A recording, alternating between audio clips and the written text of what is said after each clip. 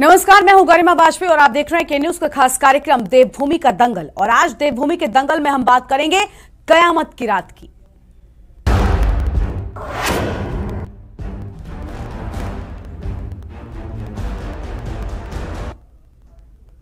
उत्तराखंड में 14 फरवरी को मतदान हुए और अब करीब एक महीने के बाद यानी कि कल नतीजे आएंगे। पार्टी और नेताओं के भविष्य का फैसला कल इसी वक्त होगा। 10 मार्च को आशंकाओं के बादल छट जाएंगे। कल जनता जनार्दन के फैसले से यह पता चल जाएगा कि जनता को भाजपा के सबका साथ सबका विकास के नारे पर भरोसा हुआ या फिर उत्तराखंड कांग्रेस 4 धाम 4 काम के नारे से प्रदेश के दिल में जगह बना पाई है। 82 लाख मतदाताओं ने 632 प्रत्याशियों के भाग्य को लिखा है। मतगणना की तैयारियां करने वाली पार्टियों के प्रत्याशियों के लिए आज की रात कयामत की रात महसूस होगी, क्योंकि कल उनकी किस्मत का फैसला सामने हो जाएगा। और इसी को लेकर आज हम बातचीत करेंगे, लेकिन उससे पहले हमारी एक खास रिपोर्ट देखिए। हम बड़ी बड़ी राजनीतिक पार्टियों की राजनीतिक चुनौती स्वीकार करते हैं। जनता के दरबार में यह साबित होगा जनता हमसे और हम जनता से प्यार करते हैं। ये बात हर पार्टी के उन खिलाड़ियों के मुंह से सुनने को मिल रही है जिन्होंने इस बार चुनावी खेला में भाग लिया और जीत की हुंकार भरी। देवभूमि की जनता के दिल में जगह बनाने और प्रदेश के कई मुद्दों पर वोटरों को साधने के कांग्रेस और भाजपा के अलावा आम आदमी पार्टी के दिग्गज भी देवभूमि में धुआंधार प्रचार करते नजर आए। कांग्रेस 5 साल, बीजेपी 5 साल, फिर कांग्रेस का रिवाज बरकरार रखना चाहती है, तो वहीं भाजपा इस मिथक को तोड़ देना चाहती है। हम सेफ जोन में हैं। हम गांधी जी के विचारों पर चलने वाली पार्टी के लोग हैं। हम बाबा साहेब आम्बेडकर के संविधान में विश्वास करने वाले लोग हैं। हम सेफ जोन में हैं और 2016 के जो उनके प्रयास हैं वो बार बार वो काट की हाँटी नहीं चढ़ेगी। 2016 में जिन लोगों ने ऐसा किया उनके साथ क्या हुआ, कानून ने उनके साथ क्या किया, वो उदाहरण भी सबके सामने प्रस्तुत है। जनता किसकी बनाएगी सरकार और किसे करेगी दरकिनार? कल खुलेगा प्रत्याशियों की किस्मत का पिटारा। जनता को क्या हुआ सबका साथ सबका विकास के साथ भाजपा पर भरोसा, या कांग्रेस के 4 धाम 4 काम ने किया प्रदेश की जनता पर असर? साल 2017 की तरह कांग्रेस इस बार कोई चूक करने के मूड में नहीं है, इसलिए स्ट्रांग रूम की सुरक्षा से लेकर प्रत्याशियों की सुरक्षा की चिंता कांग्रेस को सताती नजर आई। वहीं चैनलों के एग्जिट पोल ने कांग्रेस की टेंशन बढ़ा दी है। मतगणना के मद्देनजर जहां भाजपा को भितरगात का खौफ है, तो वहीं कांग्रेस प्रत्याशियों की सुरक्षा को लेकर डर रही है। कांग्रेस ने अपने जिताऊ प्रत्याशियों की निगरानी के लिए ऑब्जर्वर तैनात किए, तो वहीं रिजल्ट के बाद उन्हें दूसरे राज्यों में भी रखा जा सकता है। कांग्रेस भाजपा के विधायकों की खरीद फरोख्त के स्टंट को देखकर घबरा रही है, तो वहीं भाजपा का कहना है कि हमें विधायकों की खरीद फरोख्त करने की जरूरत नहीं, बहुमत से भाजपा आ रही है।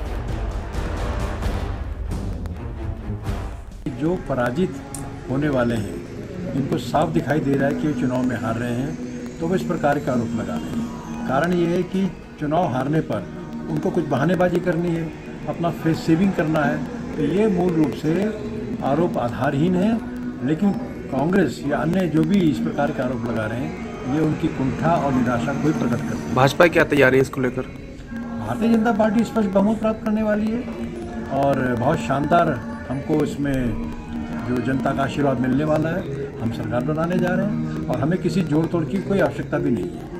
देखिए 10 मार्च को काउंटिंग हो रही है और काउंटिंग सुबह 8 बजे से शुरू होगी।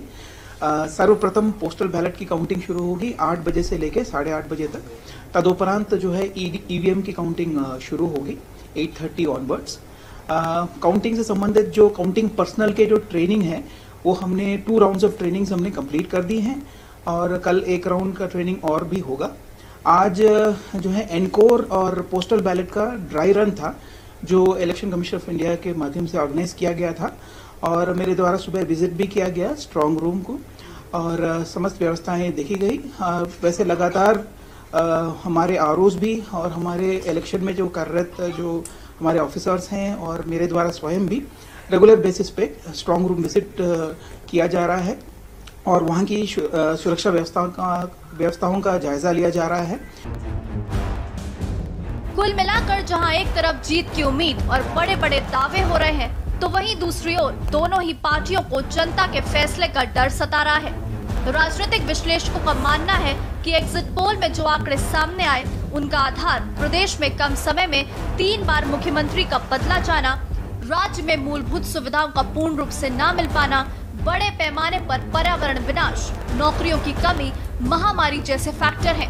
अब देखना ये होगा कि उन मुद्दों को लेकर जनता ने किस पर भरोसा जताया है। देहरादून से के न्यूज इंडिया के लिए हिना आजमी की रिपोर्ट। देवभूमि के दंगल में आगे बढ़ेंगे, लेकिन उससे पहले एक बड़ी खबर असम से सामने आ रही है, उसका रुख करते हैं असम से। इस वक्त की बड़ी खबर आपको हम बता दें, जहां पर नगर निकाय चुनावों में भारतीय जनता पार्टी को भारी जीत मिली है। असम से यह बड़ी खबर आपको हम बता दें, नगर निकाय के चुनावों में भारतीय जनता पार्टी को बड़ी जीत। चुनाव में कांग्रेस पार्टी का पूरी तरह से सुपड़ा साफ होता हुआ नजर आया। इस वक्त की बड़ी खबर आपको हम बता रहे हैं, भाजपा ने असम में 80 में से 74 नगर पालिका बोर्ड जीते हैं। असम से ये बड़ी जानकारी सामने आ रही है, जहां पर कांग्रेस केवल 1 नगर पालिका बोर्ड जीतने में सफल रही है। यानी एक तरीके से कांग्रेस का सुपड़ा साफ होता हुआ यहां पर नजर आया है। और जीत के बाद में भारतीय जनता पार्टी में उत्साह का माहौल। तस्वीरें भी आपको हम एक और दिखा रहे हैं, जहां पर होली से पहले ही जीत की होली यहां पर भारतीय जनता पार्टी की ओर से खेली जानी शुरू हो चुकी है, क्योंकि नगर निकाय चुनावों में भारतीय जनता पार्टी को भारी जीत। तस्वीरें आपको हम दिखा रहे हैं, जहां पर समर्थक और कार्यकर्ता बेहद उत्साहित नजर आ रहे हैं। और नगर निकाय चुनाव में भारतीय जनता पार्टी को भारी जीत यहां पर मिली है। भाजपा ने असम में 80 में से 74 नगर पालिका बोर्ड जीते हैं। आप समझ सकते हैं, यहां पर बड़ी जीत भारतीय जनता पार्टी के हिस्से में आई है।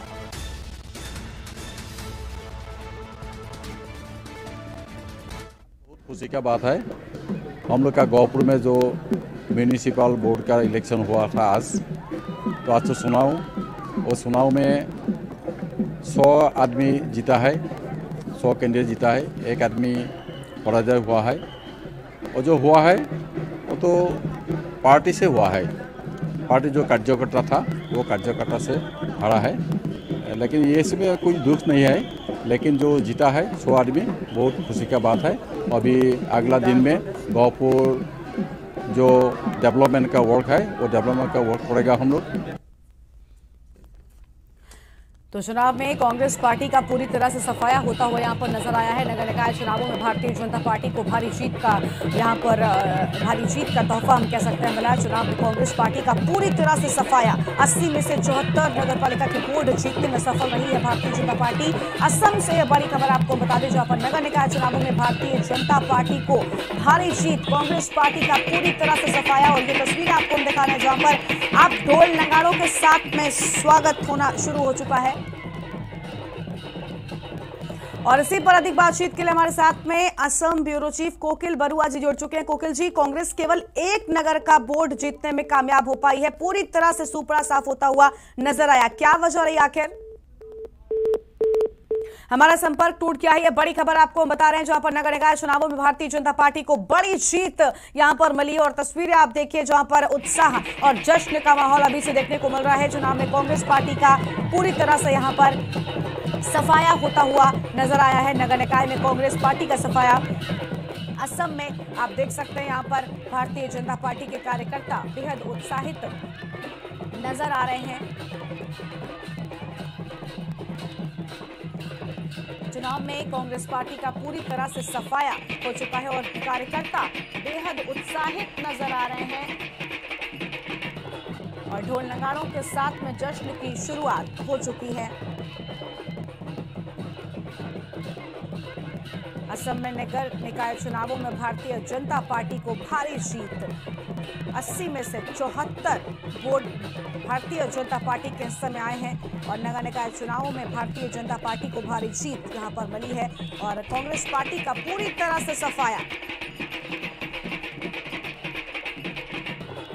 और हमारे साथ में ब्यूरो चीफ कोकिल बरुआ जी एक बार फिर से जुड़ चुके हैं। कोकिल जी, चुनाव में कांग्रेस पार्टी का पूरी तरह से सफाया, 80 में से सिर्फ 1 पर कांग्रेस पार्टी का कब्जा हुआ है, क्या वजह रही आखिर? जी, इधर में कांग्रेस पार्टी का एकदम हाल खराब है, क्योंकि जो नगर पालिका का जो इलेक्शन हुआ था, इसमें जो सत्ता में भाजपा था और उसका जो गठबंधन था जो एजेपी का साथ, उन लोग कुल मिला के 90% जीत हुई है। जो गोहपुर नगर पालिका का इलेक्शन में 10 वार्ड में इलेक्शन हुआ था, उसमें 9 सीटें बीजेपी का पक्ष में गया है और कांग्रेस टोटली 0 है। और लगभग सारा असम में जो रिजल्ट अभी तक आया है वो कांग्रेस का 100% उसका जो विफलता है, और साथ में जो भाजपा और गठबंधन जो एजेपी का बहुत अच्छा रिजल्ट आ रहा है। बिल्कुल, क्या भारतीय जनता पार्टी के कार्यकर्ताओं समर्थकों में उत्साह देखने को मिल रहा है? क्योंकि हम तस्वीरें अपने दर्शकों को लगातार दिखा रहे हैं जश्न की। जी, भाजपा का जो कर्मी लोग है, उन लोग बहुत अच्छा से मनाई कर रहा है। जो इसमें बहुत जैसे कोई उन लोग कोई उत्सव मना रहा है, और जो पार्टी था उन लोग का भी बहुत खुशी देख रहा है इसमें। बिल्कुल, बहुत शुक्रिया आपका कोकिल जी हमारे साथ जुड़ने के लिए, अधिक अपडेट हमारे दर्शकों तक पहुंचाने के लिए। तो चुनाव में कांग्रेस पार्टी का पूरी तरह से यहाँ पर सफाया हुआ। कोकिल बरुआ जी हमारे साथ बताए, कई अहम जानकारियां उनकी ओर से दी गई और मात्र एक नगर पालिका बोझ कांग्रेस के हिस्से में आई है और बड़ा नुकसान हम कह सकते हैं यहाँ पर कांग्रेस पार्टी को उठाना पड़ा। तो वहीं पर भारतीय जनता पार्टी को भारी जीत असम में नगर निकाय चुनावों में मिली है।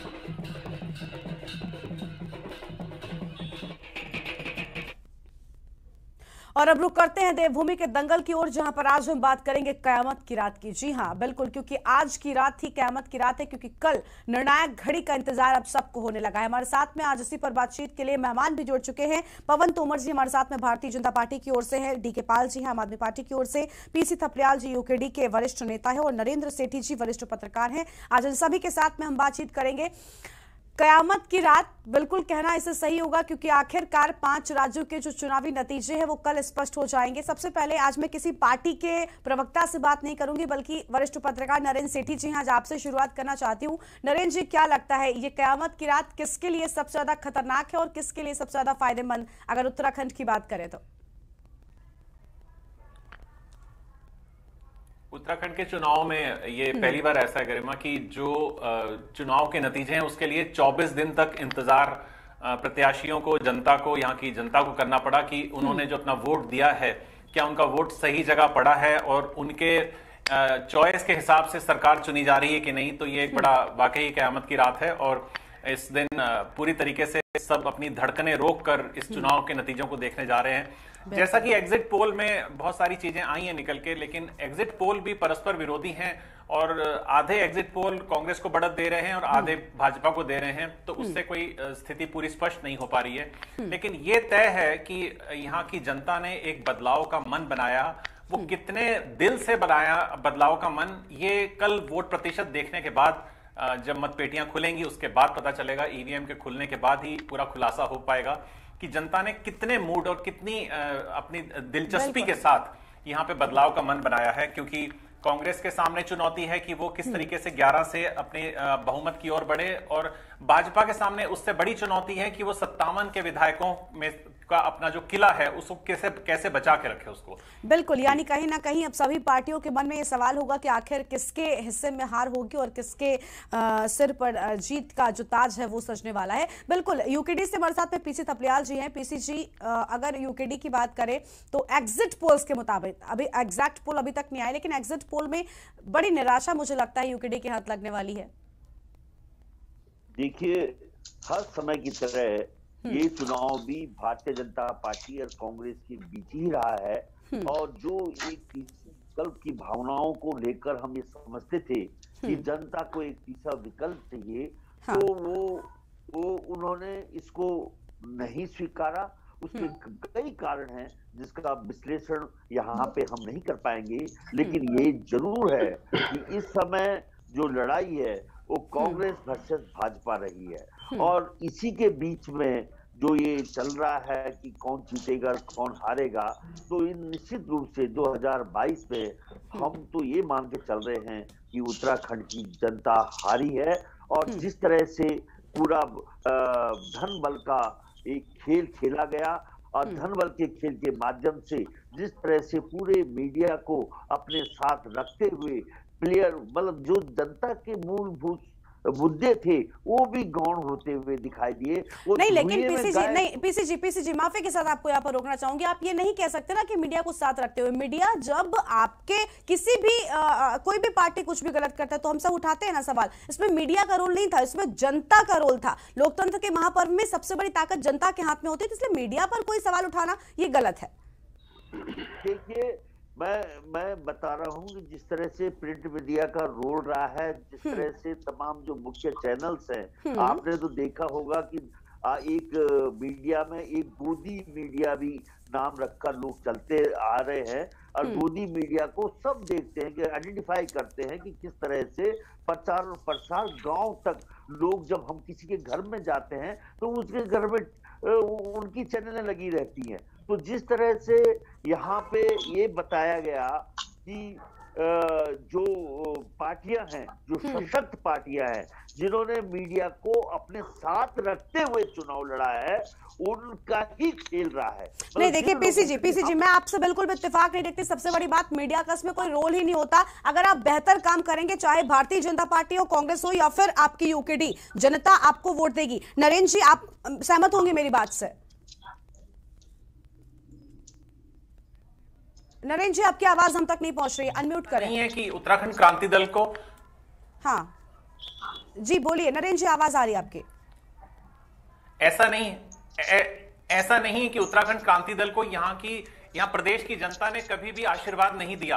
यहाँ पे आशीर्वाद मिला इनको, ये सदन में भी गए और बड़ी संख्या में गए। बड़ी संख्या से मेरा तात्पर्य है कि 4 की संख्या में भी पहुंचे, लेकिन इनके आपस में जो मतभेद थे, मनमुटाव थे, उसकी वजह से ये सिमटते हुए 4 से 3 और 3 से 2 और 2 से 1 पे आ गए। नहीं, लेकिन इसका दोष मीडिया पर सवाल खड़े करते ना, इसका दोष मीडिया पर सवाल खड़ा कर देने से नहीं होगा ना। नहीं, मीडिया पर दोष देने का तो कोई ताल्लुक ही नहीं है इससे। जैसे आप ये कोई बात ना हुई, आप रेस्टोरेंट में गए, आपने अपने कपड़े गंदे कर दिए, आपको खाने का सलीका नहीं मालूम, तो आप वेटर को क्यों दोष दे रहे हैं? ऐसा कोई नहीं है। मीडिया को दोष देने का कोई मतलब नहीं है। करेगी, इसमें जनता के हाथों में आप लोगों का हिसाब था, और कल वो बिल्कुल साफ हो जाएगा कि जनता ने किसका हिसाब किताब पूरी तरीके से कर दिया। ठीक है पीसीजी, आपके पास वापस लौटेंगे। डीके पाल जी हमारे साथ में लगातार बने आम आदमी पार्टी की ओर से। डीके जी, आम आदमी पार्टी तो बड़े बड़े दावे कर रही थी, और ऐसा लग भी रहा था कि कहीं ऐसा ना हो कि 2 बिल्लियों की लड़ाई में बंदरबाजी मार ले जाए, लेकिन एग्जिट पोल्स तो कुछ और ही कह रहे हैं। महज 8% उत्तराखंड की जनता अजय कोठियाल को पसंद करे हमारे एग्जिट पोल में। सबसे पहले तो मैं आज इस पैनल में बैठे बहुत ही सम्मानित आदरणीय सत्याल जी, आदरणीय सेठी जी, ये तोमर साहब भी बहुत ही सम्मानित साथी है। मैं उत्तराखंड की भाषा में ही इनको प्रणाम करता हूं।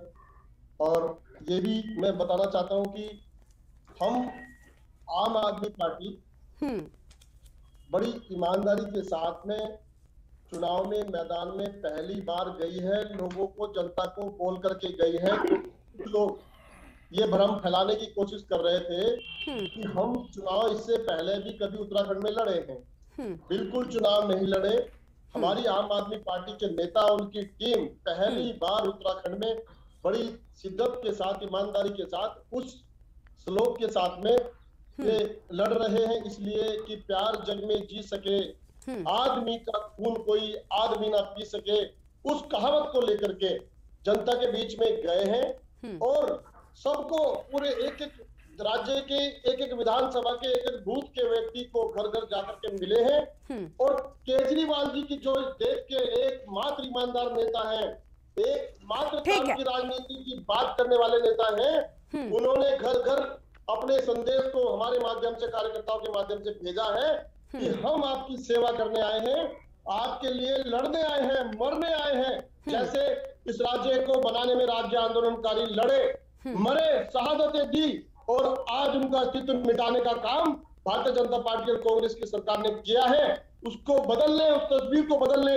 लेकिन डीके जी, आप मेरे सवाल से बच रहे हैं, आप कुछ और बता रहे हैं। ठीक है, आपकी पार्टी ने खूब मेहनत की, अब प्रचार प्रसार करने से कुछ नहीं होने वाला। अब तो ये बताइए ना कि एग्जिट पोल्स में आम आदमी पार्टी इतना पीछे क्यों रह गई है? सवाल मेरा ये था। दावा तो हमने कुछ किया नहीं था, हम तो पहली बार ईमानदारी से, मैं वही अरे आपने जो भी किया, आप अपनी योजनाओं का दावा कर रहे थे, लाभ पहुंचाने का दावा कर रहे थे। मेरा कहने का मतलब ये है, आप कह रहे थे ना कि आप विकास करेंगे। लेकिन आपको पीछे क्यों कर दिया जनता ने? कि वो विकास चाहती है, राज्य का विनाश चाहती है। जैसे कि थपलियाल जी ने कहा, मैं उनकी एक बात से सहमत हूँ। ये अगर जीत कांग्रेस और भारतीय जनता पार्टी की होती है तो उत्तराखंड के जनमानस की हार होती है। मैं इस बात को ईमानदारी से कबूल करता हूँ। यदि किसी भी क्षेत्रीय दल को या आम आदमी पार्टी को इस राज्य के अंदर मौका मिलेगा, अभी भी उम्मीद है, अगर कल मौका मिलेगा तो राज्य की जनता की जीत होगी, उनके विश्वास की जीत होगी, उनके काम की जीत होगी। ठीक है। एग्जैक्ट पोल्स के साथ में स्पष्ट हो जाएगा कि आम आदमी पार्टी का जो दिल्ली मॉडल लगातार आम आदमी पार्टी प्रेजेंट कर रही थी, एक एग्जाम्पल के तौर पर वो कितना पसंद आया उत्तराखंड की जनता को, कल एग्जैक्ट पोल के साथ में साफ होगा। पवन तोमर जी के पास चलते, भारतीय जनता पार्टी से हमारे साथ में। पवन जी, डर लग रहा है थोड़ा सा, क्योंकि एग्जिट पोल्स में बिल्कुल बराबरी, या फिर हम कह सकते हैं कांग्रेस से थोड़ा सा पीछे कुछ मीडिया चैनल्स, कुछ एग्जिट पोल्स में आप हैं, तो क्या लग रहा है कि कहीं ऐसा ना हो कांग्रेस पार्टी आगे निकल जाए, क्योंकि एग्जिट पोल्स तो कुछ और ही कह रहे हैं। जी गरिमा जी, मैं चैनल के माध्यम से आपका धन्यवाद करना चाहता हूँ। सभी दर्शक बंधुओं का मैं स्वागत करना चाहता हूँ आपके चैनल के माध्यम से। गरिमा जी, देखिए, जनता का जो विश्वास, जनता का जो आशीर्वाद, जनता का जो सपोर्ट हमें मिला है, और वो सपोर्ट और विश्वास और वो सारी चीजें अब ईवीएम में बंद है अभी रात, और इसकी अभी आप कल वोटिंग में देखेंगे तो हमें पूर्ण विश्वास है अपनी उत्तराखंड की जनता पर कि इन्होंने पूर्ण समर्थन के साथ भारतीय जनता पार्टी को जीता है। और आपके एग्जिट पोल भी ज्यादातर अगर देखे जाए तो भारतीय जनता पार्टी के ही पक्ष में वो दिखा रहे हैं। नहीं, अगर हम अपनी बात करें के न्यूज की, तो यहाँ पर कांग्रेस पार्टी बढ़त में नजर आ रही है। के न्यूज ने भी पीपल्स पल्स के साथ में एक एग्जिट पोल दिखाया था जिसमें कांग्रेस पार्टी भारतीय जनता पार्टी से आगे निकलकर आती हुई दिखाई दे रही है। गरिमा जी, मैं आपकी बात से इसलिए सहमत हूं क्योंकि आप जनता के बीच में गए हैं, और कभी कभी एग्जिट पोल पर अभी आपने जो दिखाया है और कुछ अगर देखा जाए बहुमत के आधार पर हमें ज्यादा दिखाया है। और मुझे जो विश्वास है, क्योंकि हमने उत्तराखंड की जनता के जो पास गए हैं बड़े शिद्दत के साथ, हम सबका साथ, सबका विश्वास साथ लेकर के इस जनता को गए हैं। हमने अपनी बात, ठीक है, यानी आपको अपने काम पर विश्वास है। ठीक है। और हमें लगता है हमें अपने काम पर विश्वास है, और हमें जनता कल आशीर्वाद देने जा रही है। कल स्पष्ट हो जाएगा। नरेंद्र जी कुछ कहना चाहते हैं। पवन जी, नरेंद्र जी कुछ कहना चाहते हैं, उनको भी सुनते हैं। जी नरेंद्र जी। गरिमा जी, पवन जी ने बात कही, मैं सहमत हूं पवन जी की बात से कि भारतीय जनता पार्टी को जो भी एग्जिट पोल दिखा रहे हैं, बढ़त दिखा रहे हैं, लेकिन मैं एक चीज जानना चाहूंगा कि लोकप्रियता जो है भारतीय जनता पार्टी की, वो इन चुनाव में घटी है। उसका कारण यह है कि कोई भी चैनल, कोई भी सर्वे इनको 42-44 से ऊपर नहीं दिखा रहा है। 57 से घटकर ये 42-44 पे आए हैं, जो इनको 25% का नुकसान हुआ है। वो क्या दर्शाता है कि क्या वाकई ही भारतीय जनता पार्टी सफल रही है जनता की भावनाओं के अनुरूप कार्य करने में? क्या ये सरकार बिल्कुल जन भावनाओं की सरकार थी? बिल्कुल, जवाब दीजिए पवन जी।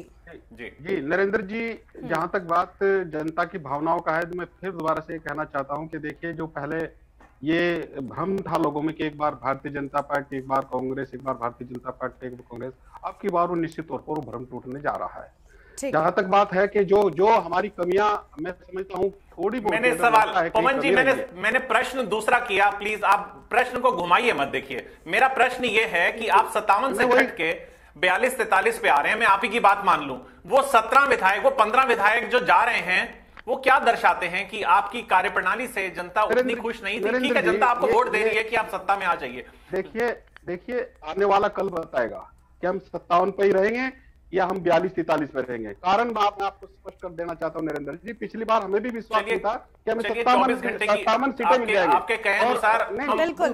देखिए, वही मैं बता रहा हूँ, हम 20 घंटे और इंतजार कर लेंगे, कोई बात नहीं। बिल्कुल नरेंद्र जी, 20 घंटे बाद फिर से यही डिबेट बैठेगी और तब देखेंगे भारतीय जनता पार्टी या बाकी के प्रवक्ताओं के पास में जवाब क्या होंगे। जी गरिमा जी, 2017 में आपके जो एग्जिट पोल दिखा रहे थे वो हमें 57 पे दिखा रहे थे, वो तब भी हमें दिखा रहे थे कि 40 के आसपास रहेंगे। ठीक है, यानी पवन जी आपको लगता है कि अभी एग्जैक्ट पोल्स जो है वो बिल्कुल आपके फेवर में आते हुए नजर आएंगे। ठीक है पवन जी, महज थोड़ा सा वक्त, 20 से 24 घंटे का वक्त है और सब कुछ स्पष्ट होता हुआ नजर आएगा। और आखिर कयामत की रात किसके ऊपर कहर ढाने वाली है और किसके ऊपर रहमत बरसाने वाली है, ये तो कल स्पष्ट हो जाएगा। छोटे सा ब्रेक के लिए यहाँ पर रुक रहे हैं, फौरन हाजिर होंगे।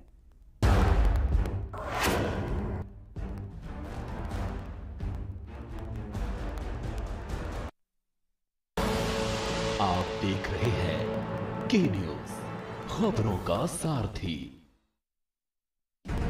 आज नए भारत की प्रगति देश के कोने कोने को छू रही है, लेकिन क्या आप जानते हैं कि इस प्रगति को गति कहां से मिल रही है? ये आपका आयकर ही है जो इस प्रगति को नई ऊर्जा प्रदान कर रहा है और विकास की विभिन्न योजनाओं को सार्थक बना रहा है। तो आगे बढ़िए और अपनी जिम्मेदारी निभाइए। निर्धारण वर्ष 2021-22 की अपनी आयकर रिटर्न 15 मार्च तक फाइल कीजिए। याद रखें, उन सभी करदाताओं को जिनके खातों का ऑडिट अनिवार्य है, निर्धारण वर्ष 2021-22 की अपनी टैक्स रिटर्न 15 मार्च 2022 तक फाइल करनी होगी। ड्यू डेट तक टैक्स रिटर्न फाइल न करने पर आपको ब्याज और जुर्माना लग सकता है तथा कोई भी अनएडजस्टेड बिजनेस लॉस या कैपिटल लॉस कैरी फॉरवर्ड नहीं होगा। अधिक जानकारी के लिए www.incometax.gov.in पर लॉग ऑन करें। प्रत्येक आयकरदाता एक राष्ट्र निर्माता।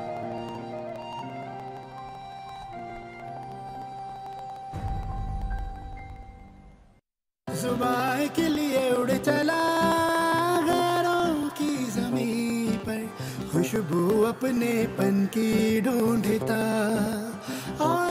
दूर कितना भी जा, इस जुबान से दूर ना जा पाओगे। विमल, बोलो जुबान केसरी। आप देख रहे हैं के न्यूज, खबरों का सारथी।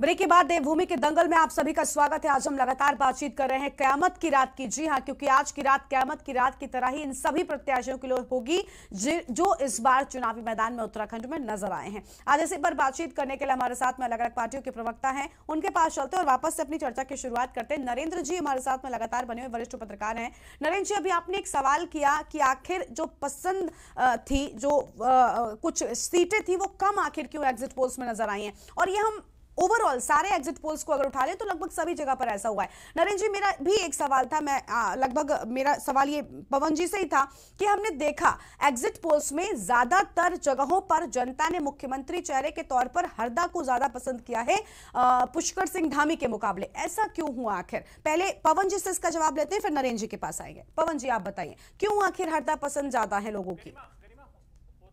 गरिमा जी, हो सकता है आपकी ये पसंद हो, लेकिन मैं इस बात से सहमत नहीं। ये हमारी पसंद नहीं है, ये जनता की पसंद है जो पोस्ट में, जो एग्जिट पोल्स में सामने आई है। नहीं, अब वो हो सकता है आपके एग्जिट पोल में आई हो, लेकिन मैं पवन जी, आपकी आवाज हम तक नहीं पहुंच रही है।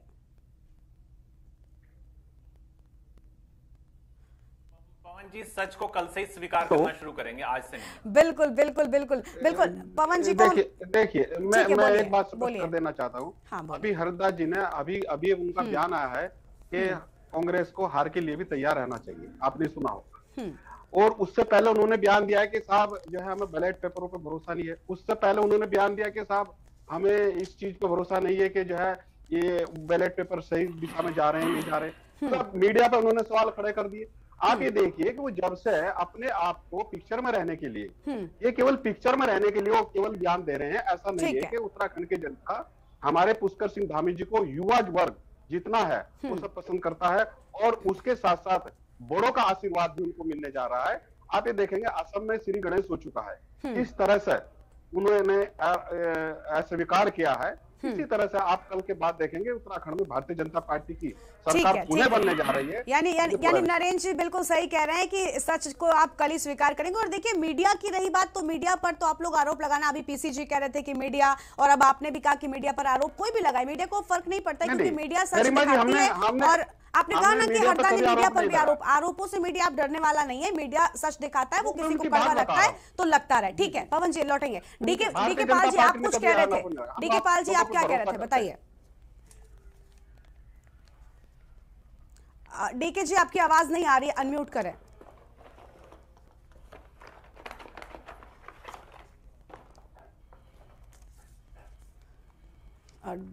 डीके पाल जी हमारे साथ में जुड़े, उससे पहले नरेंद्र जी हमारे साथ में लगातार बने हुए। नरेंद्र जी, आप बताइए, अभी आप सुन रहे हैं लगातार मीडिया पर आरोप हर पार्टी लगा रही है, मीडिया को इससे, आप भी पत्रकार हैं वरिष्ठ, तो आप भी जानते हैं कि अब इससे फर्क नहीं पड़ता है। आप कुछ भी, जब कुछ नहीं मिलता तो इंसान सीधा तौर पर उंगली चाहे ईवीएम पर उठा देता है या तो पत्रकारों पर उठा देता है कि इनके साथ मिलकर सत्ता बना ली। लेकिन आप बताइए, एग्जिट पोल्स में हम सबने देखा किस तरह के नतीजे सामने आ रहे हैं। हरदा को आखिर पसंद क्यों किया जा रहा है? क्योंकि हमने देखा मुख्यमंत्री चेहरे के तौर पर बिल्कुल साफ तौर पर पहली पसंद के तौर पर वो सामने आए हैं। देखिए गरिमा, मैं आपके दोनों सवालों का जवाब देता हूं। हरदा को ही क्यों पसंद किया जा रहा है, इसके पीछे तो कारण यह है कि हरदा का एक लंबा संघर्ष है राजनीति में। हरदा कोई, हरीश रावत कोई एक कल के या 10 साल पुराने कोई राजनीति में नेता नहीं है जिनको ये कहा जाए कि हरीश रावत कोई पहचान के या कोई किसी नई पीढ़ी में से है। 50 वर्ष पुराना हो, 5 दशक का उनका तजुर्बा है।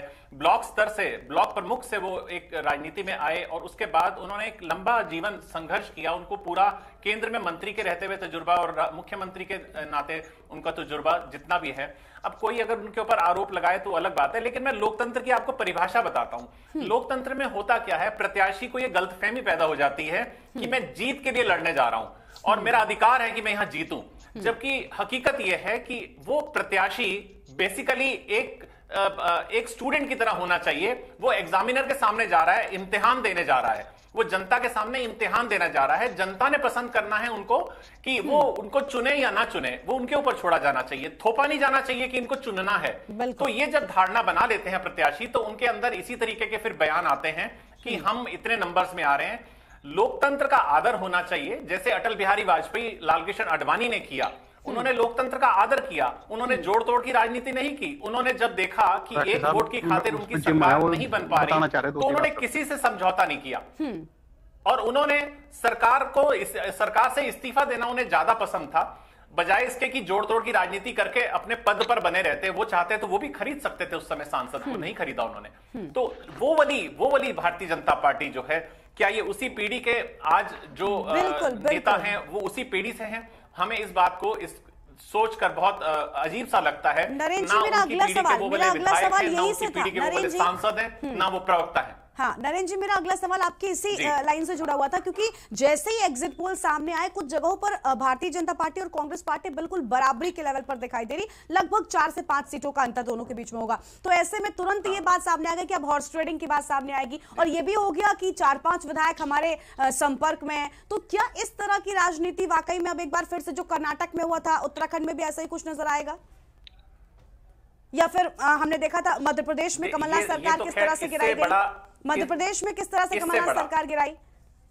गरिमा, इससे बड़ा गरिमा, इससे बड़ा तो दुर्भाग्यपूर्ण पहलू कोई हो ही नहीं सकता लोकतंत्र में।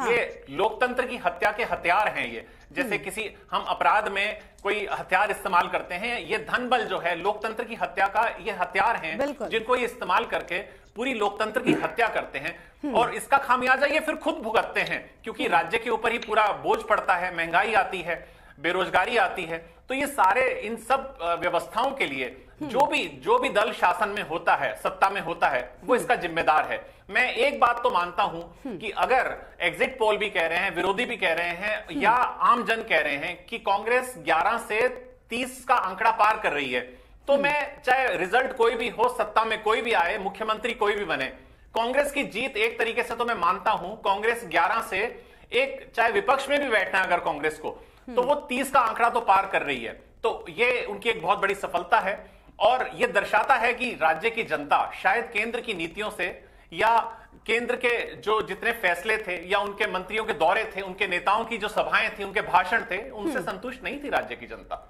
बिल्कुल, यानी साफ तौर पर ये चीज स्पष्ट होती हुई हम सबको दिखाई दी है। और भी मेहमान हमारे साथ में लगातार बने हुए हैं, उनके पास चलते हैं और जानते हैं कि आखिर जो एग्जिट पोल्स में सामने आई हैं चीजें वो ऐसी क्यों हुई हैं। आपको बता दें कि हमारे साथ में लगातार मेहमान बने हुए अलग अलग पार्टियों के प्रवक्ता भी हमारे साथ में। डीके पाल जी, आप बताइए, क्योंकि हम लगातार देख रहे थे, मैंने अभी भारतीय जनता पार्टी से पवन जी से भी सवाल किया, और देखिए मुख्य मुकाबला एग्जिट पोल्स में साफ तौर पर है कि कांग्रेस और भारतीय जनता पार्टी। लेकिन हम सब ने देखा था चुनाव से पहले आम आदमी पार्टी ने मेहनत खूब की। भले ही आपको लग रहा था पंजाब में ज्यादा स्कोप है, तो आप पंजाब में ज्यादा मजबूती के साथ में दिखाई दे रहे थे, वहां आपको सफलता मिलती हुई नजर भी आ रही है। लेकिन उत्तराखंड को आपकी ओर से किनारा किया गया या जनता ने आपको किनारे कर दिया? क्या जवाब है इसका आपके पास?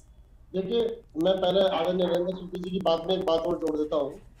ये लोकतंत्र के हत्यारे भारतीय जनता पार्टी की जो सरकारें बनी है, ये दूसरों की सरकार गिरा देते हैं।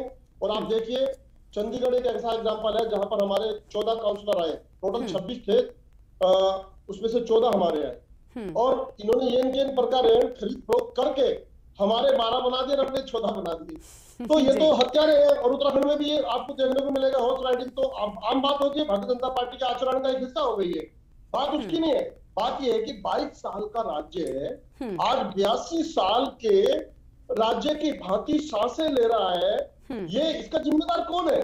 10 साल पार्टी, 12 साल भारतीय जनता पार्टी, और राज्य के नौजवानों को, 108 के कर्मचारियों, पीआरटी के हो, संविदा के हो, और तमाम जितने भी चाहे शिक्षित प्रशिक्षित हमारे नौजवान हो, वो अपनी नौकरियों से छोड़ करके घर बैठ गए हैं। 57,000 नौकरियां ये अपने पिटारे में लेकर के बैठे हुए हैं। 560 झूठी घोषणाएं कर देते हैं।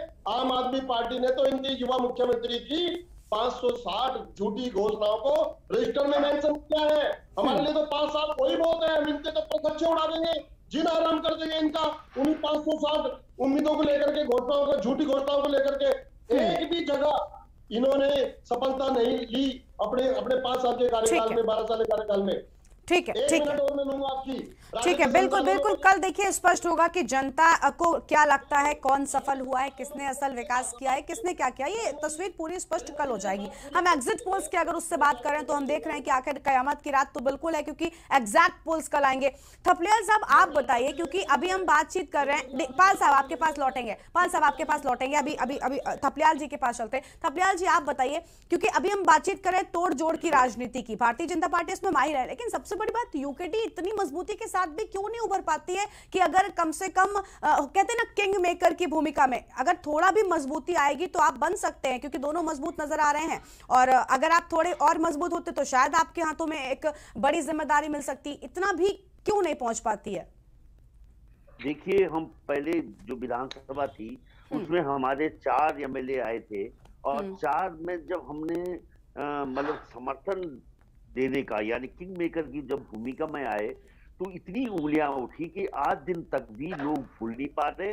और आपकी चैनल में भी जो बैठे हुए हैं पत्रकार महोदय, उनकी उंगली सीधा हमारे उस एक्शन पे गई, इनकी उंगली वहां नहीं गई जहां कांग्रेस के 10 विधायक इधर से उधर गए। जो खरीद फरोख्त भाजपा और कांग्रेस के बीच में जो रंगा नाच हुआ, लोकतंत्र की जो हत्याएं हो रही है, उसमें इनकी नजर नहीं गई। इनकी नजर हमारे सिंपल किंग मेकर की भूमिका पे, जब हमने हमारे माननीय उनके जनरल की सरकार को बचाने का काम किया था, क्योंकि उस समय सरकार नहीं बन रही थी, और अगर हम लोग वहां जनरल खंडूरी को समर्थन नहीं देते तो दोबारा चुनाव थोपने की बात आती और लोग हमारे कपड़े फाड़ते। उस कृत्य को भी आज हमारा अपराध मानकर पत्रकार चल रहे हैं, और एक व्यक्ति को जो उत्तराखंड की राजनीति का सबसे बड़ा खलनायक है, हरीश रावत, जिसके बदौलत इस समय जो कांग्रेस एक जीती हुई बाजी थी, जिसके लिए 2022 का चुनाव, उसको हारते हुए नजर आ रही है। और भारतीय जनता पार्टी जिसके लिए ये चुनाव एक हारी हुई बाजी थी, वो जीतते हुए नजर आ रही है। उन कारणों से अगर हम आंख मूंद देंगे तो निश्चित रूप से ऐसी डिबेटें बेकार जाती हैं, जहां पे हम ब्यास रहते हैं। और फिर हम ये बोलते हैं कि साहब ये मीडिया का मैंने असर देखा है मैडम, कि पहले ही जैसे चुनाव शुरू हुआ, उन्होंने त्रिकोणीय फाइट भाजपा, कांग्रेस और आम आदमी पार्टी में दिखानी शुरू की, हमें वहीं से इन्होंने किनारे कर दिया। मैं थपलियाल साहब, आपको मीडिया से इतनी नाराजगी क्यों है? मुझे लगता है आपको असल नाराजगी ना जनता से होनी चाहिए, क्योंकि अगर जनता, जैसे हमने भी एग्जिट पोल दिखाया, के न्यूज पर भी हमने, आप मेरी बात सुनिए, के न्यूज पर भी हमने एग्जिट पोल दिखाया, जो एग्जिट पोल में जनता की राय सामने आती, ठीक वही उठाकर हमने अपने दर्शकों तक पहुंचाया। तो इसमें नाराजगी हमसे क्यों आपको? आप तो जनता के बीच अगर जाएंगे, जनता आपको, आपने अच्छा काम किया है, आपने उत्तराखंड के लिए बहुत कुछ किया है, शुरुआत आपसे हुई, लेकिन अब क्यों जनता आपको नहीं आगे लेकर आती? आप जनता से सवाल करिए ना। देखिए मैडम, आज क्यों चुनाव इतना कॉस्टली हो गया? आपको सब जानते हैं कि चुनाव इतना कीमती हो गया है, और जो विचार होता है जनता अब अपना परसेप्शन खुद नहीं बना पाती है, मीडिया बनाता है। ठीक है, यानी आपको लगता है कि जनता को मैनिपुलेट कर देता है कोई मीडिया? कुछ होंगे जो करते होंगे, लेकिन के न्यूज पर आप इस तरह का कोई दाग नहीं लगा सकते। नरेंद्र जी, आप क्या कहेंगे? नरेंद्र जी, आप बताइए, क्योंकि बड़ी नाराजगी है थपलियाल साहब को। मैं थपलियाल साहब की जो भावनाएं हैं, मैं उनका आदर करता हूं। मेरा कहने का तात्पर्य उनको ये नहीं था, मेरा कहने का तात्पर्य ये था कि आप एक बार सत्ता में आए थे 4 की संख्या में, आप चाहते तो उसको 16 कर सकते थे। हाँ। मेरा ये कहने का मतलब था। मीडिया पर आरोप लगाने का जो आपका आशय है, मैं आपको बताता हूं। अगर यहां के 82 लाख 82 लाख जो वोटर्स हैं, उनको अगर 2000 पत्रकार प्रभावित कर सकते हैं, तो मैं तो समझता हूं, तो फिर तो पत्रकारों को तो सबको नमन कर देना चाहिए कि वो तो जादूगर हो गए, वो मीडिया के तो रहे ही नहीं। 2000 पत्रकार अगर प्रदेश के 82 लाख मतदाताओं को प्रभावित कर सकते हैं, आपका यह कहने का मतलब है कि मीडिया ने यह कर दिया। मीडिया ने आपकी अच्छी बातों को भी किया। मीडिया ने उत्तराखंड आंदोलन में भाग लेकर उत्तराखंड राज्य दिलाया। उस समय मीडियाकर्मी नहीं थे, मैं उसका प्रत्यक्षदर्शी हूं, मैं स्वयं हूं उसका। हमने आंदोलन में भाग लिया। आज आप मेरे पे उंगली उठा रहे हैं इस बात को लेकर। मैं आपको बता देना चाहूंगा, हमें पुलिस की यातनाएं सहन करनी पड़ी, और आप कह रहे हैं कि मीडिया की बात है। मीडिया लामबंद होकर उत्तराखंड आंदोलन में शामिल हुआ था, और आज अगर मीडिया ने आपको बताया कि आप उनकी भावनाओं के अनुरूप नहीं कर पा रहे, आप एक केवल क्षेत्रीय दल, एक जातीय दल बन के रह गए हैं, तो उसको ना स्वीकार करते हुए आप दूसरों पे दोषारोपण कर रहे हैं। ऐसा नहीं करना चाहिए थपलियाल साहब। देखिए, आज मोदी जी आसमान चूम रहे हैं, तो इसके पीछे कहीं न कहीं मीडिया की बड़ी ताकत है। आपने देखा होगा कि ये सवाल आप सभी लोगों ने, राजनीतिक दलों ने खड़े किए कि बहुत बड़ी अमाउंट दिल्ली के मुख्यमंत्री ने मीडिया पे खर्च किया, एवरीबॉडी नोज, और उसके बदले उनको उत्तराखंड में तीसरा त्रिकोणीय बना के पेश किया। ये बहुत बड़ी बात है, और त्रिकोणीय आए भी, ये रिजल्ट भी त्रिकोणीय में, इसमें दो राह नहीं है कि तीसरी फोर्स आम आदमी पार्टी बनने जा रही है, इसमें कोई दो राह नहीं है। लेकिन जिस तरह से उनका प्रचार प्रसार हुआ, वो प्रचार प्रसार हम नहीं कर पाए। उनका तो हमारे उत्तराखंड के सीमांत गांव में भी आम आदमी पार्टी के पर्चे, पोस्टर और बैनर हो गए। ठीक है, यानी थपलियाल साहब, आपको लगता है कि आपने अपनी एडवर्टाइजिंग में थोड़ी सी कमी रखी। देखिए, इसके लिए तो आपको ही काम, आपकी पार्टी को ही करना पड़ेगा ना, कि जो एडवर्टाइजमेंट्स हैं वो आप ही चलाएंगे, जो पीआर है आपका उसको भी आप ही दुरुस्त करेंगे ना। उसके लिए आप मीडिया को दोष नहीं दे सकते। थपलियाल साहब, आज का हमारा विषय थोड़ा सा भटक रहा है, हम यहाँ पर दूसरे विषय पर जा रहे हैं। आज बात करते हैं क़यामत की रात की, क्योंकि भाई क़यामत की रात है, भले ही कुछ लोगों के लिए, कुछ लोग थोड़ा सा बाहर नजर आ रहे हैं। आम आदमी पार्टी से हमारे साथ में पाल साहब है। आप बताइए पाल साहब, हम देख रहे थे लगातार आम आदमी पार्टी बड़े बड़े दावे, आपने खूब गारंटियां पेश की, आपको क्या लगता है? आज मैं आपसे ये नहीं जानना चाहूंगी कि आप पीछे क्यों रह गए, आप ये बताइए, क्योंकि आपने दिल्ली मॉडल पेश किया था। क्या दिल्ली मॉडल सिर्फ दिल्ली के लिए बेहतर है, उत्तराखंड के लिए नहीं? जो यूकेडी लगातार कह रहा था कि ये तो बाहर के हैं, ये उत्तराखंड में नया मॉडल क्यों लगाएंगे? उत्तराखंड का अपना एक मॉडल है। मैम गरिमा जी, ये तो पूरे देश का मॉडल बनने जा रहा है, केजरीवाल जी का मॉडल। आप थोड़ा सा इंतजार कर लीजिए। मैंने कहा कि हम उत्तराखंड में पीछे क्यों हैं?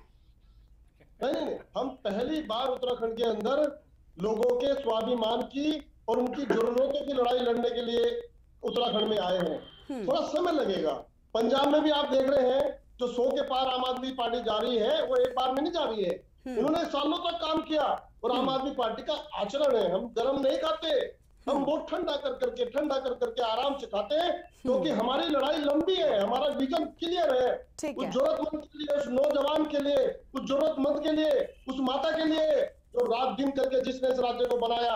2 बहनों ने सीने पे गोली खाई, उन बहनों को बात चकाना है अच्छाई का, बुराई के ऊपर अच्छाई भी थोड़ा लेट होती है। कलयुग है ये, यहाँ पैसे की भरमार। जैसे मैं फिर कहूंगा, थपलियाल जी ने जो बात कही, मैं उसका समर्थन करूंगा। पहली बात का पैसे की मार, शराब की मार, ऐसे प्रधानों को पैसा देते हैं पैकेट बना बना करके। आम आदमी के बस की बात, आम आदमी पार्टी के बस की बात नहीं है। आम आदमी पार्टी पर्चे बना बना करके सीमावर्ती क्षेत्रों तक जाती है।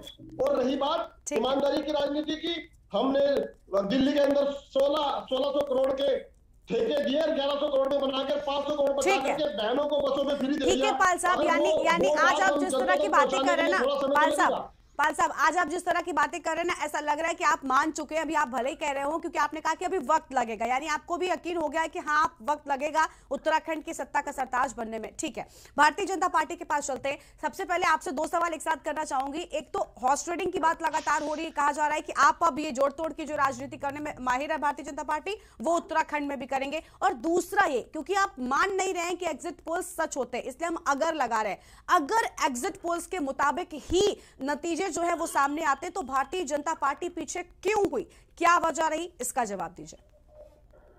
गरिमा जी देखिए, मैंने जैसा पहले भी कहा है, भारतीय जनता पार्टी ने भरोसा किया है जनता पर, और जनता ने भारतीय जनता पार्टी पर भरोसा किया है, और ये भरोसा ईवीएम के अंदर बंद है। ये कल पता लग जाएगा कि वास्तव में सच्चाई क्या है। मैंने पहले ही अगर लगाया था, क्योंकि मुझे पता था आप यही जवाब देंगे। नहीं, अगर का मतलब मैं ये कह रहा हूं कि हम जो जनता में काम लेकर गए हैं, जनता ने हमसे भरोसा किया है, तो हमें विश्वास है, हमें अपने ऊपर विश्वास है, और उस विश्वास को हम कब तक पूरा कायम रखें, पूरा विश्वास है। और आप बीच में मत बोले, मतलब भारतीय जनता पार्टी को उत्तराखंड के एग्जिट पोल पर भरोसा नहीं है, लेकिन यूपी जब नहीं यहाँ पर उत्तर प्रदेश के जितने प्रवक्ता जुड़ते हैं ना, जहाँ पर हम दिखा रहे हैं कि बीजेपी आ रही है, वहां पर भरोसा हो जाता है एग्जिट पोल्स पर, और उत्तराखंड में बराबरी का मुकाबला या फिर कहीं पर पीछे तो भरोसा नहीं है। गरिमा जी, हमें पूरा भरोसा है एग्जिट पोल पर भी, और पूरा भरोसा तो फिर यही तो जवाब मांग रहे हूँ ना, यही पवन जी जवाब है। लेकिन जी, लेकिन मुझे थोड़ा सा ऐसा लगता है कि जो एग्जिट पोल 2017 में दिखा था, वो एग्जिट पोल 57 का नहीं दिखा था मीडिया ने भी, ना ही हमें भरोसा था कि हम 57 पे जाएंगे, हमें भरोसा था 45-48 पे जाएंगे, लेकिन जनता का प्यार देखिए हमें 57 पर पहुंचा, सबके सब चौंकते रह गए। इसी तरह से मैं कहना चाहूंगा कि गरिमा जी, जहां अब मैं एक बात कहना चाहता हूं, अब देखिए जो ज्यादा बोलता है वो बोलता है जिसको लगता है कि हम कहीं भी नहीं है। आम आदमी प्रवक्ता मेरे भाई साहब अभी बोल रहे हैं, कितना बोल रहे हैं। एक इनके लिए कहावत है कि छाछ तो बोलता है, छन्नी भी बोलता है। गरिमा जी, केजरीवाल जी के बारे में पूरी जनता जानती है कि वो झूठ के पुलंदे हैं, झूठ के सिवाय कुछ नहीं करते, और एक झूठ को इस तरह से पेश करते हैं जनता में कि मैं बहुत सच बोल रहा हूं। वो अपनी बात पर कभी अड़े नहीं रहते। एक मुख्यमंत्री, आप ये देखिए, नाटक करते हैं, मुख्यमंत्री पिलास लेकर के उस पर चढ़ जाता है सज्जे पर, पहले जो है मफलर बांध करके कुल कुल करते रहते थे। अब ये इन चीजों से जनता, अब देखिए, आप ये मानिए कि भारतीय जनता पार्टी जो बहुमत में आने जा रही है, वो केवल इसलिए नहीं आने जा रही है कि उसने एक जो है इनको दरकिनार किया है, वो जनता की भावनाओं पर खरा उतरने की कोशिश की। जहां मैं समझता हूं थोड़ी बहुत ही कहीं उम्मीद आ गई है, वो अब 2022 में हम पूरी करेंगे, निश्चित तौर पर पूरी करेंगे। और भारतीय जनता पार्टी, अब देखिए, यहाँ की उत्तराखंड की जनता जो है वो वास्तव में समझदार इसलिए है कि उन्होंने आम पार्टी को कहीं जगह नहीं दी, कहीं तवज्जो नहीं दी। अभी थपियाल जी कह रहे थे, मैं इसी बात से सहमत हूं कि उन्होंने केवल अपने प्रचार प्रसार में पूरा दम लगा, करोड़ों रुपया उसमें खर्च किया। उसमें भारतीय जनता पार्टी भी कितना माहिर है, भले उन्होंने आपका नाम ले लिया, इससे तो प्लीज आप कम से कम इस बात पर बहस मत करिए। देखिए गरिमा जी, पार्टी के नेता ने पकड़ा उनको, अरे सुनिए मेरे भाई साहब, अभी आप तो कहीं पोस्ट चले ना, 2 पोस्ट चले, अभी आप तो कहीं भी नहीं है, आपने अभी आप तो कहीं भी नहीं है,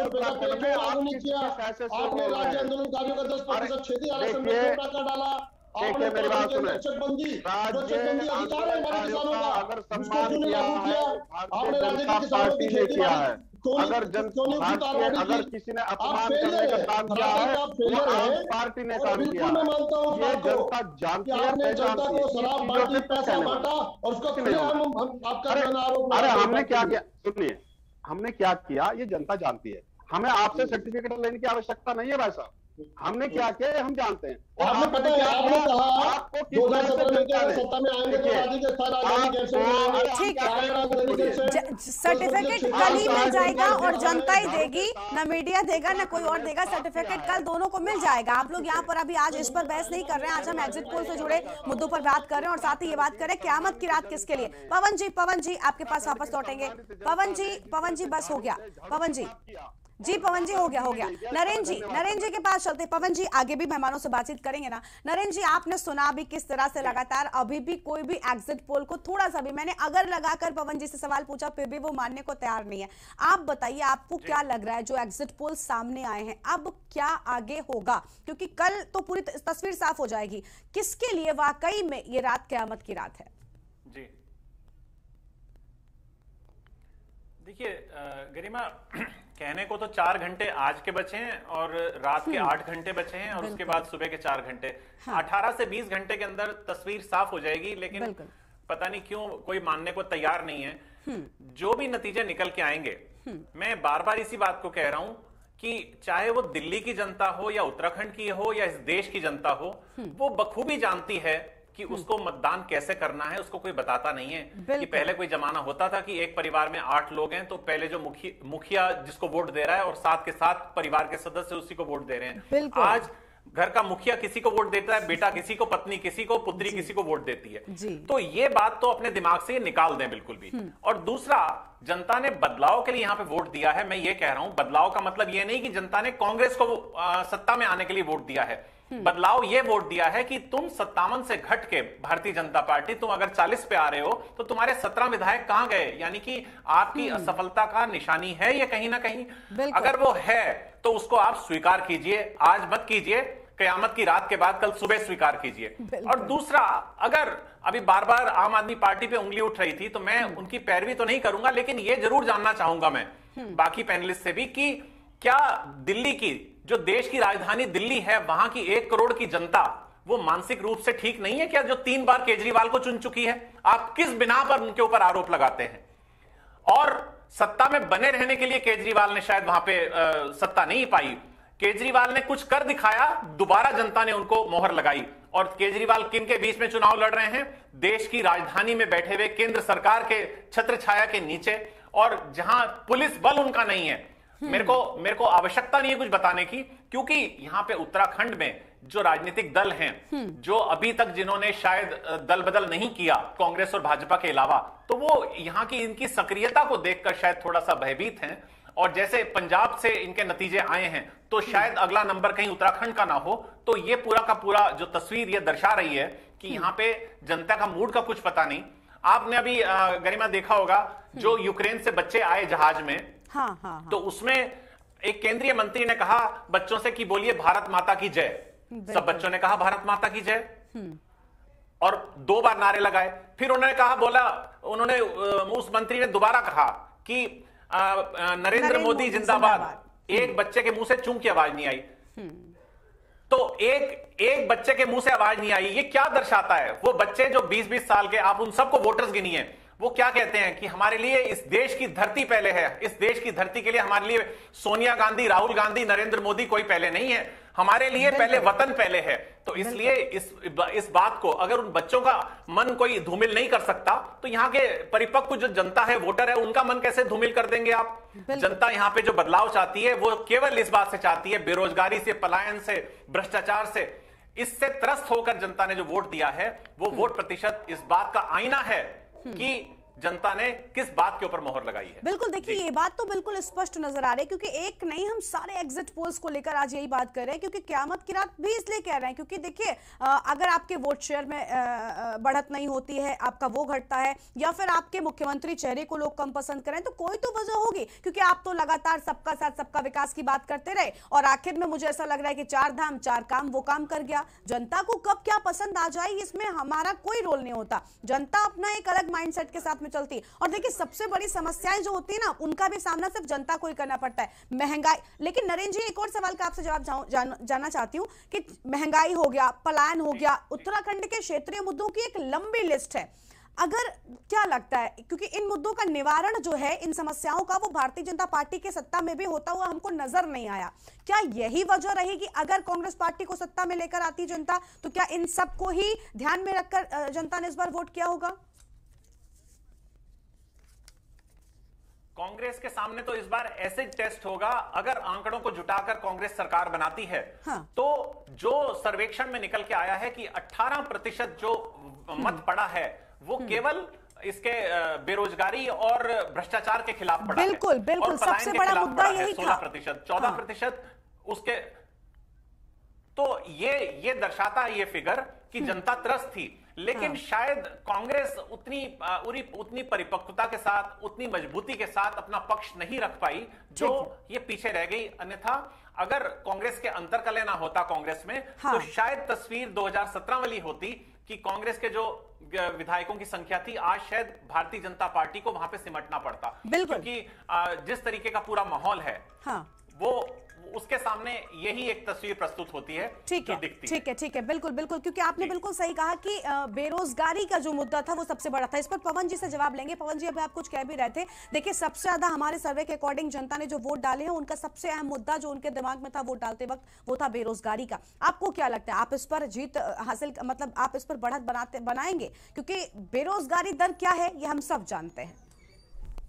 गरिमा जी, मुझे लगता है हमारे वरिष्ठ पत्रकार सेठी जी शायद भारतीय जनता पार्टी से नाराज है, क्योंकि देखिए मैं आपको एक बात समझा देना चाहता हूँ, जितनी मैं इनकी डिबेट सुन रहा हूँ तब से इन्होंने वो आंकड़े पेश किए हैं जो भारतीय जनता पार्टी, ठीक है नरेंद्र जी, हाँ इन्होंने क्या भी काम ऐसा नहीं बताया। देखिए नरेंद्र जी, मैं एक बात कहना चाहता हूँ, पवन जी सुन लीजिए उनको, फिर अपनी बात रखिएगा, आपको मौका देंगे। पवन जी आप सुन लीजिए नरेंद्र जी को, फिर आपकी बात।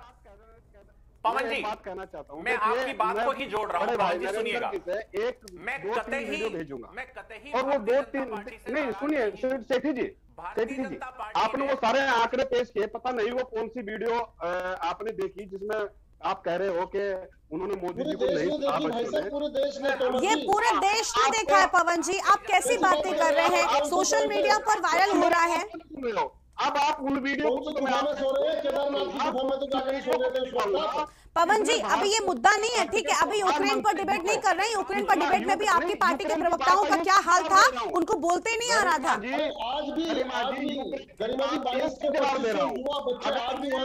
वीडियो दे रहे हैं तो मैं सैकड़ों वीडियो ऐसे भी दिखा सकता हूँ। आप लोग एक एक करके बोलेंगे तो आप सबकी बात स्पष्ट होगी, ऐसे किसी की कोई बात पहुंच नहीं रही है। सबसे पहले नरेंद्र जी को सुनते हैं, पवन जी फिर आप अपनी बात पूरी करिएगा। पवन जी शांत हो जाइए, नरेंद्र जी आप अपनी बात पूरी करिए। नरेंद्र जी बोलिए। देखिए, आपने कहा कि मैं भारतीय जनता पार्टी से आपने पवन जी कहा कि मैं भारतीय जनता पार्टी से किसी तरीके से असहमत हूं। कतई असहमत नहीं हूं। भारतीय जनता पार्टी के जो कार्य हैं, जो उन्होंने नेशनल हाईवेज और कनेक्टिविटी के बारे में काम किया है, वो शायद कांग्रेस पिछले 50 साल में नहीं कर पाई। लेकिन जो वर्तमान में, इसका मतलब यह नहीं कि आप सत्ता में आए हैं तो आप अपने हिसाब से पूरी तरीके से अपना आधिपत्य। नरेंद्र जी वक्त की प्रतिक्रिया जान लेते, नहीं तो वो फिर से एक आरोप लगा देंगे। नरेंद्र जी वक्त कम है, पवन जी अपनी प्रतिक्रिया दीजिए। जी, क्या कहना आपको? मेरा कहना ये जल्दी से कहना है कि जैसे नरेंद्र जी ने एक वीडियो के बारे में किया, मैं सैकड़ों वीडियो ऐसे दिखा सकता हूँ जिसमें माननीय प्रधानमंत्री जी का वही बच्चे फूलों से स्वागत करें, उनके घर के उनको दुहाई दे रहे हैं। ये भी मैं उनका भी जिक्र करिए ना। दूसरी बात मैं कहूंगा कि कल आने वाले पोल में भारतीय जनता पार्टी बिल्कुल पवन जी, अब हम सबको भी इंतजार है। मैं डिबेट करूंगी और आपको बुलाऊंगी अपनी डिबेट में, तब आपसे पूछूंगी कि क्या वजह रह गई, और फिर जोड़ तोड़ की राजनीति में आप फिर से उतर जाएंगे। भारतीय जनता पार्टी तो मायरे। खैर, आप सबका बहुत बहुत शुक्रिया हमारे साथ बातचीत करने के लिए, और वक्त कम है इसलिए डिबेट को यहीं पर रोकना पड़ रहा है। देखिए, हम आज के इस दंगल को, देव भूमि के दंगल में कयामत की रात इसलिए कह रहे हैं क्योंकि वाकई में यह कयामत की रात है। किस पर रहमत बरपाती है और किसके लिए कयामत की रात बनकर आती है, ये तो कल स्पष्ट हो जाएगा एग्जैक्ट पोल के साथ ही। इस बुलेटिन में इतना ही। आप देखते रहिए के न्यूज़ इंडिया। नमस्कार। बुलेटिन